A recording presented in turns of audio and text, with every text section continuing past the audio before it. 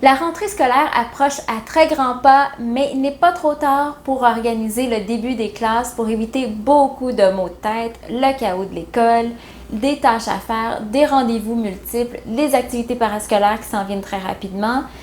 L'idée, c'est vraiment de s'assurer que votre organisation familiale soit au top.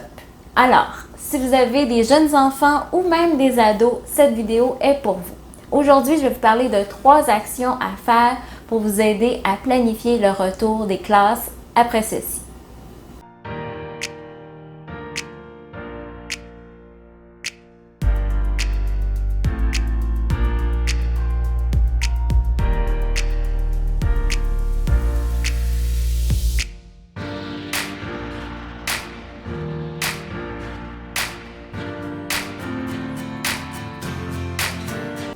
Salut, je suis Elisabeth, bienvenue sur notre chaîne SOS Rangement où on vous présente des astuces en rangement, en organisation et en productivité. Merci beaucoup de nous suivre, d'être abonné à notre chaîne.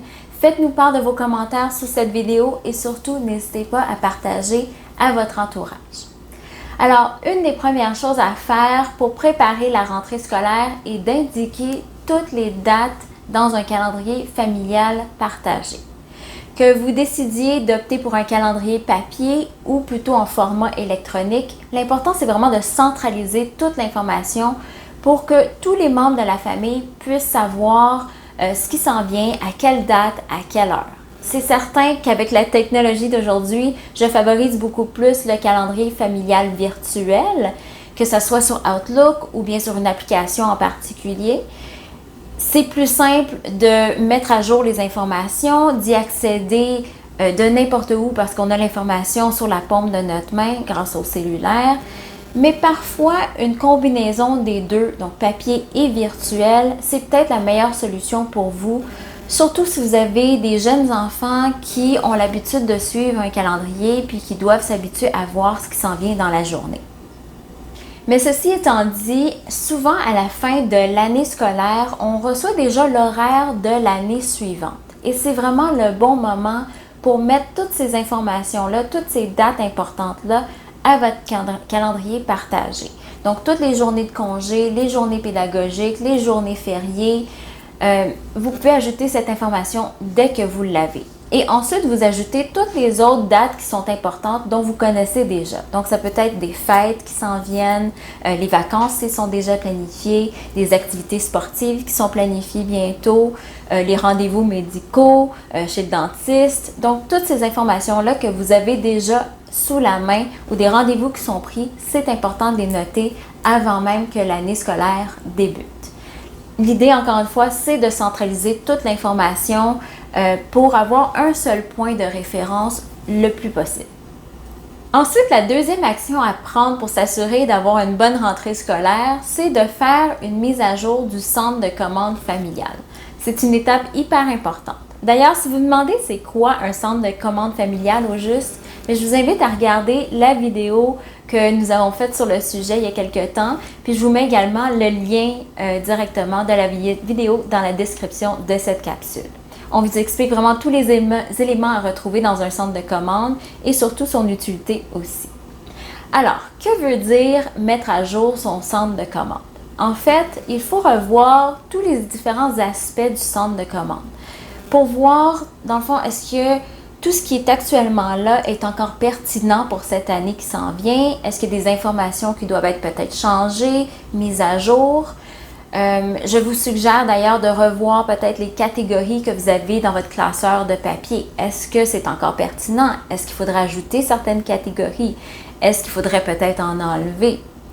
Aussi, sur votre babillard ou votre tableau, est-ce que vous pouvez maintenant accrocher le nouvel horaire des classes, le calendrier d'école, toutes les petites informations que vous voulez avoir plus accrochées à portée de main.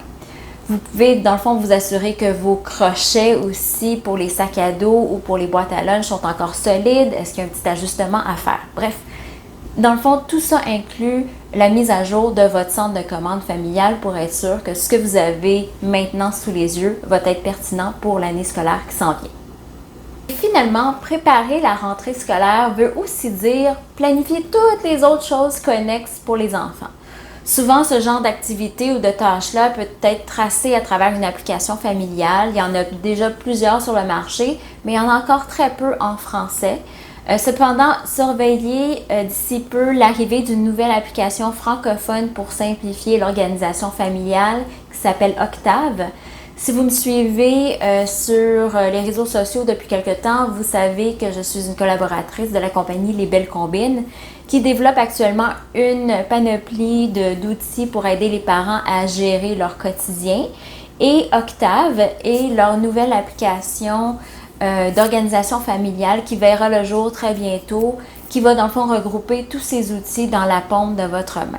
Je vous en dis pas plus pour le moment, mais suivez-moi sur les réseaux sociaux pour plus de détails dans les prochains jours, dans les prochaines semaines.